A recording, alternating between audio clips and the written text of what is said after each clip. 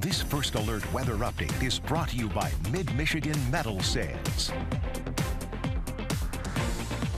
Well, good Thursday, everyone. Meteorologist Stone Schafer here. And well, we had a cooler morning. You definitely felt it as you're waking up, but we're continuing to warm up as we get to your highs for today. We're looking at temperatures back in the mid-50s, especially as you move down to the south. Areas like Owasso could be getting closer to the 60s today. Definitely looking at those colder temperatures, though, along the shoreline there in the Thumb. Then north of the bay, you get a few 40s. But even Port Hope at 43, that's still above average for this time of year. Average, we could see right around 41. So everyone should be sitting above that average mark for today and really do the rest of our week into our weekend. We're really getting to that time of year where we start to beat those averages as we head more and more into spring. Now, winds are going to start to pick up. This is at 8 a.m. on your Friday, and we can see 15 to 25, maybe 30 miles per hour down to the south. So definitely a breezy Friday, but winds will continue to increase late into the night Friday as a low pressure system starts to approach the state, and that will give us stronger winds starting as early as 6 a.m. on Saturday. 52 miles per hour in Holton Lake, a lot of areas 40 to possibly 50 miles per hour. And there's some signals that if you have plans of traveling south on Saturday afternoon,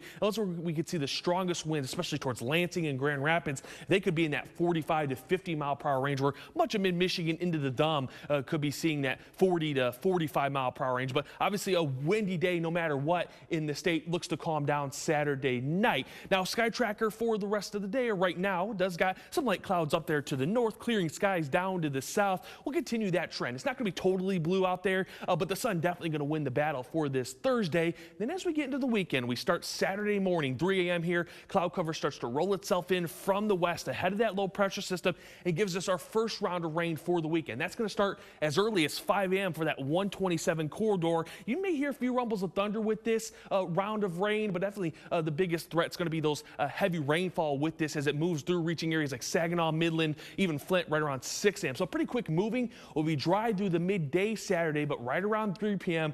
we'll start to see a secondary round of rain and thunderstorms start to try to move in from the south, and that will give us some stronger thunderstorms possibly. If the atmosphere can set up right with the right amount of moisture, we do have the wind shears in the atmosphere to give us some of those stronger storms. It does look like most of the moisture will stay south of us, but there is going to be that chance through 3, 4, 5 p.m. to see those stronger thunderstorms move through Saginaw, Midland into the Thumb, but that moves out and we should be dry for much of Sunday. Just some isolated rain chances early in the morning. But with that, the SPC has given us a non-severe thunderstorm threat across much of the state, at least the east side of the state for Saturday.